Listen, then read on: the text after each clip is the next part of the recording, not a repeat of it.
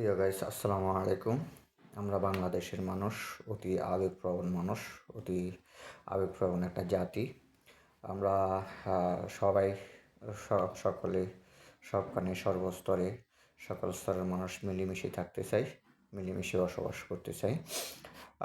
আমরা আমাদের জাতিকে সকল ধরনের মানুষ, সকল শ্রেণীর মানুষ, সর্বস্তরের মানুষ সবাই যেন একসাথে একজোটে বসবাস করতে পারি, সেই লক্ষ্যে আমরা আমাদের লক্ষ্যমাত্রা পৌঁছাতে হবে। তাই আমরা আমাদের দেশকে বিশৃঙ্খলা সৃষ্টি না করি, সবাই যেন একসাথে বসবাস করার জন্য উপযোগী করতে পারি।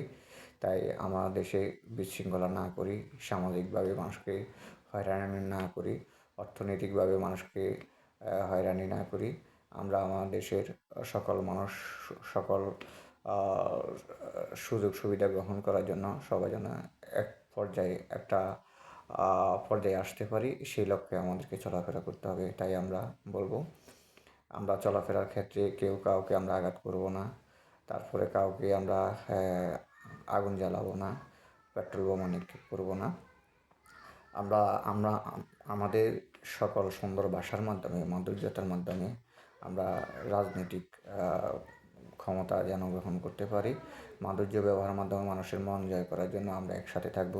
তাই আমি বলবো, আমরা কখনো কেউ পরিবহনে পেট্রোল বোমা নিক্ষেপ করবেন না, ট্রেনে পেট্রোল বোমা নিক্ষেপ করবেন না, বাসে পেট্রোল বোমা নিক্ষেপ করবেন না, পথচারীকে পেট্রোল বোমা নিক্ষেপ করবেন না, সরকারি বেসরকারি কোনো প্রতিষ্ঠানে পেট্রোল বোমা নিক্ষেপ করবেন না, মানুষের গায়ে আগুন দিবেন না, মানুষের গায়ে আগুন দিয়ে মানুষের মনে কষ্ট দিয়ে ক্ষমতা গ্রহণ করবেন না।